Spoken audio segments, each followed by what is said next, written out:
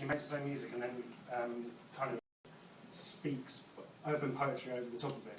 But what he recently did is he created his music, put it on Blinker, a website, and invited anyone, all the MCs, to download the track, MC, put their own kind of mix on it, then upload it for anyone to see, anyone to hear, benefit from, and then he could put it on his latest mixtape.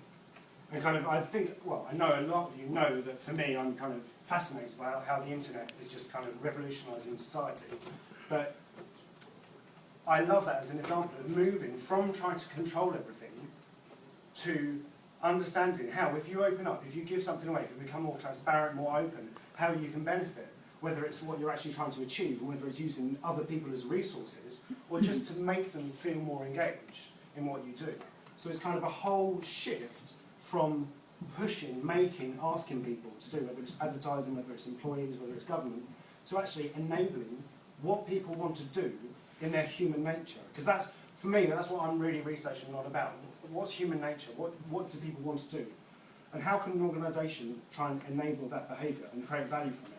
So an organisation will have a goal, and then I'll have what I want to do, and if it's misaligned, then either I'm not going to get a very good performance review, I'm not going to be interested in my work, or for me it's a question of how do you kind of align the two? Does the organisation need to go and think, okay, what do people want? What do our employees want? What do our customers want? And then that's our mission. Or how is it creating an environment like Wikipedia, where you've got people talking about really obscure topics because they want to, and they're not paid to do it, whereas employers pay employees to do stuff, and they're still not that, they don't have the same engagement as they do on Wikipedia or social networking sites. And why is that? And I know a lot of people will say that, well, it's a job, you pay people to do the job, not what they're passionate about. But that's my point. People will spend their own free time doing things because they want to. So how can you kind of align the two, making what you're trying to sell them or what you're asking them to do align to their passion? So I'm not talking about a kind of 20% Google do what you want time. This is fundamentally different. So I'm doing this at work at the moment in, for example, I'm trying to look at how we can do this in communications. So instead of, right, this is the news you need to know, just give people the tools to find out what they need so they can do their job, what they want to do, what they're asked to do.